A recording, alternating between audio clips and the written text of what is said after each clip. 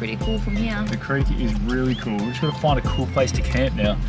So we picked our spot and it's just conveniently started raining, so we're getting the awning out quick smart, but the trailer got real dirty, like real dirty. I actually gave a bit of a wash to get some of the mud off, but yeah, it got filthy, but the seals have done a really good job.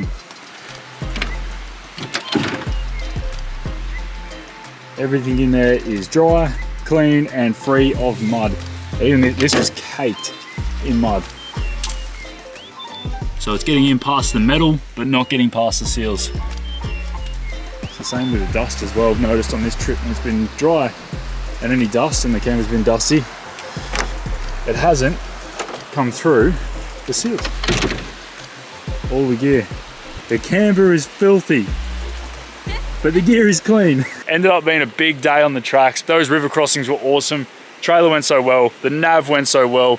The tracks weren't super easy, to be honest with you, especially coming back up through the range. So after a bit of rain especially, it does make it a lot harder. Just a little bit of water on the track, but it was still a hell of a lot of fun. Anyway, we're gonna set up before it starts raining too hard and kick back and enjoy our night. What you cooking in Camp Patriot, Ames? We're cooking a bit of whatever's left in the fridge. We're gonna make barbecue chips. So we're gonna put the spuds on the hot plate. Yep. Done. And then we've got garlic bread, which was left over from the other night. Yep. Schnags, apparently very good schnags from the butcher, as per Lindsay. My pre-made salad. Ooh, very well done. Yeah, thank you, Cole. Lot of hard work went into that one. Definitely. Nice, good throw together. That little one, and the 3 big ones. Dinner is served. Oh my goodness.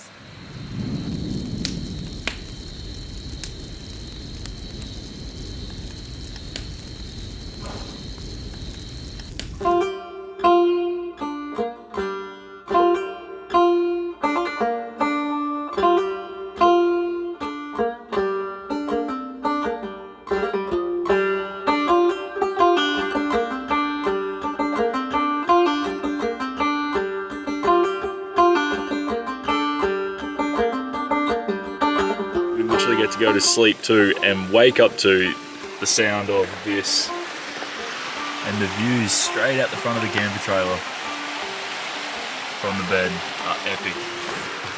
So I reckon we're gonna wake up now, make some coffees, because coffee's before anything, and then breakfast. So I reckon some scrambled eggs with some bacon. Amy for the win with the multitask. A very good left-hand grip strength. Coffees.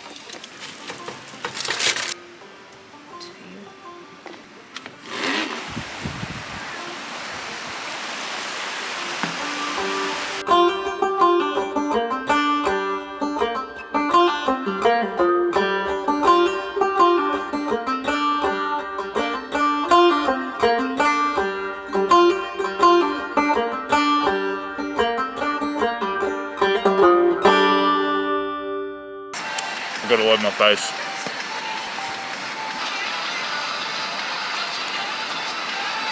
How's the serenity? So much serenity. Going down for a swim. This looks like a nice little spot. It's not going to be cold. It's not going to be cold. I don't know how he's in there. My feet are frozen and I can't feel them, and yet he is in the wildebeest in his true habitat, struggling to wade through the water. There's so many sharp rocks. There's so many sharp rocks here. He's got little soft feet. They're hurting on the rocks. There's so many sharp rocks out there. What details does a good skipping rock need? It needs what dimensions and format does it need? Really flat bottom. Well, there's like the perfect example. Yeah. Good weight distribution. Your pointer finger holding the top of the rock like that. Your thumb just supporting it. Get down low, get into a squatting position, swing with your hips, and envision the skip. Just like that. Are you ready? Ready. Oh. It even made a plopping noise like, oh. My last one. Last one. Last one. Alrighty. That was cool. So this has been our chill spot for the morning. Amy's been doing some colouring. I've been doing a little bit of map reading. And from here, if we keep going along the track that we came in, we end up going onto the bottom end of Crooked River track. So we did the top end yesterday, so we might even be able to do a few river crossings on the bottom end and achieve the whole Crooked River track, which was initially what we wanted to do. So the van will be staying here though, because that's all set up, ready to go for tonight. So we're just gonna take the nav out for a bit of a spin and hopefully a bit of a car wash, because it's pretty filthy. She's a filthy girl. She is a filthy girl. So after chilling by the river in the sun all morning and taking in all of the relaxation that we possibly could, we packed up the car in search of some more adventures. We took off down Wonnangatta Road in search of a few river crossings at the base of Crooked River. The plan then was to take a right and head up Randal's track, which should hopefully take us up to some really good views and hopefully a little bit of four-wheel driving as well.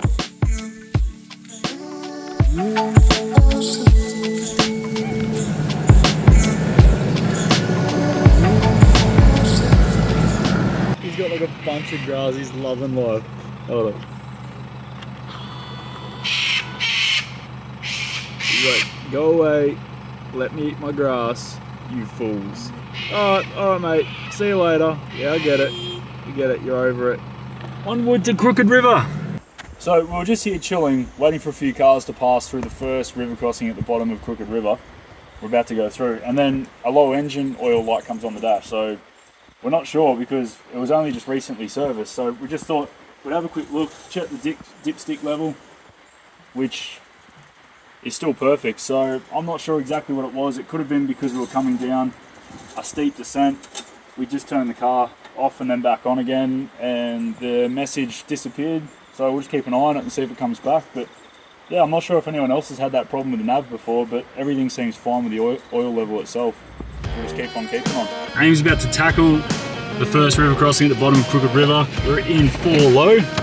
Lock it in first. Lock it in first. A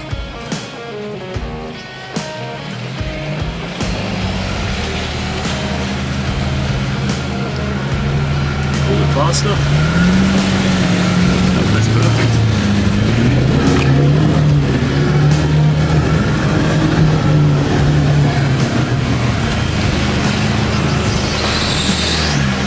Yeah, good, keep going.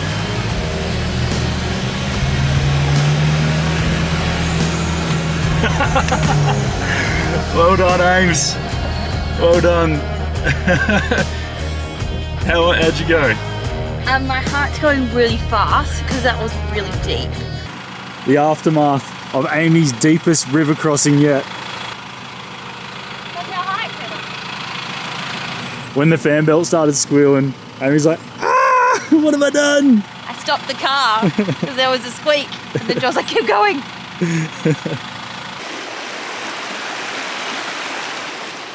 Alright, let's tackle number 2. I think I'm designated driver on this one.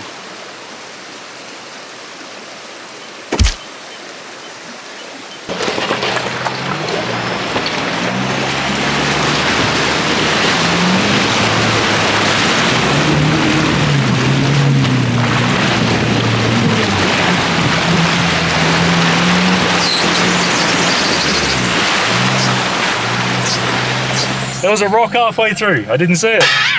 There it was. Got a little bit bouncy.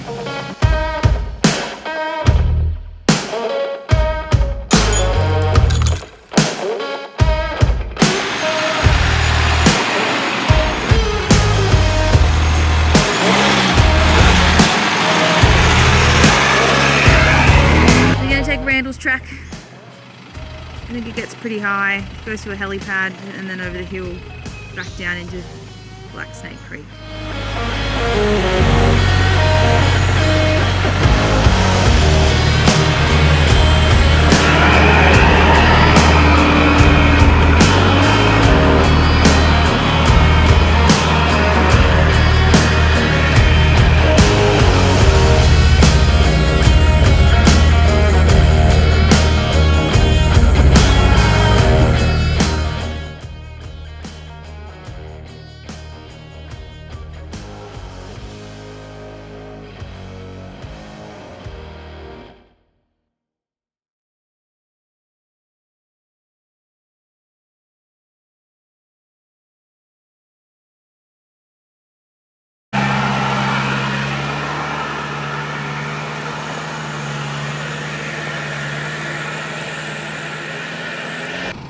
Holy, look at the views behind us. We're not even at the top yet, so sun's gonna go straight in my eyes. Behind us, up there. I think that's the top. It goes down a little bit here and then goes up again. But this is epic. What a hidden gem. Randal's track. The views are insane. For those of you who have been to the high country before, you know that it's got literally the best views in all of Victoria. But this is just one that I wouldn't have thought would have been this high up.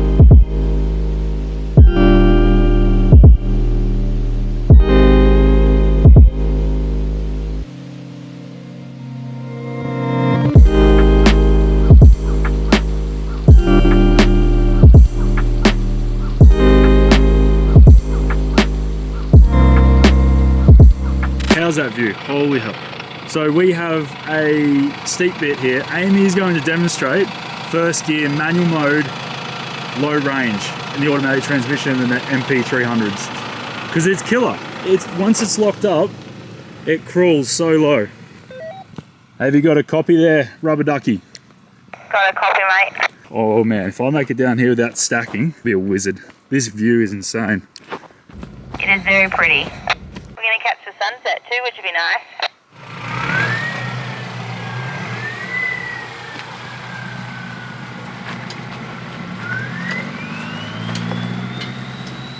So you can hear the engine brakes working. And it doesn't look steep on camera, but that is no brakes. That's just engine braking in first gear, low range. You've got the next bit because it looks muddy and sloppy and wet. Copy the sloppy, muddy and wet. Oh, it does.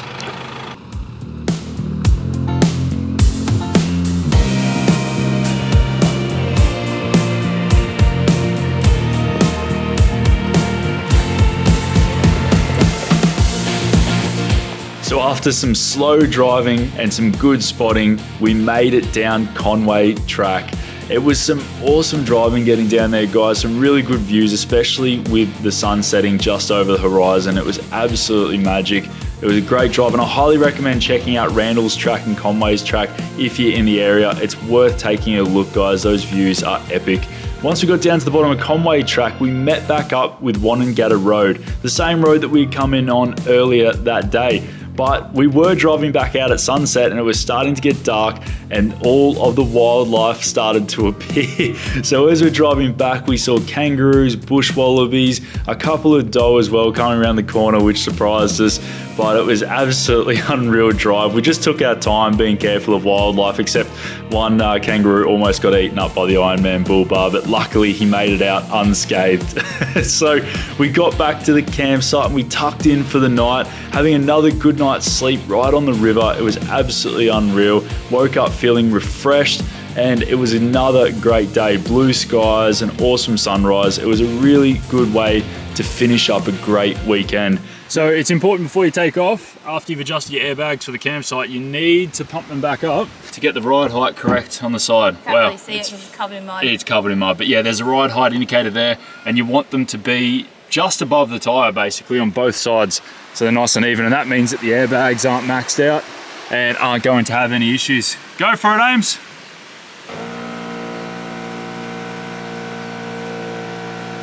A little bit more.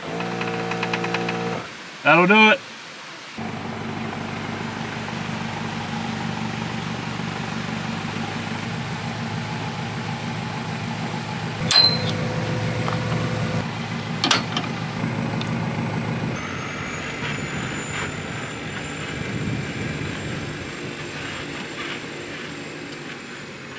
Hey, so that wraps up this video, guys. Thanks for joining us on another camping adventure, this time with a Patriot camper, which was really cool. We are heading home. We're back on the tarmac, unfortunately. Can't wait to get back out for our next adventure. We hope you guys enjoyed this video. Thanks for checking it out. Don't forget to subscribe to the channel if you want to see more content, and drop the video a like. Wednesday.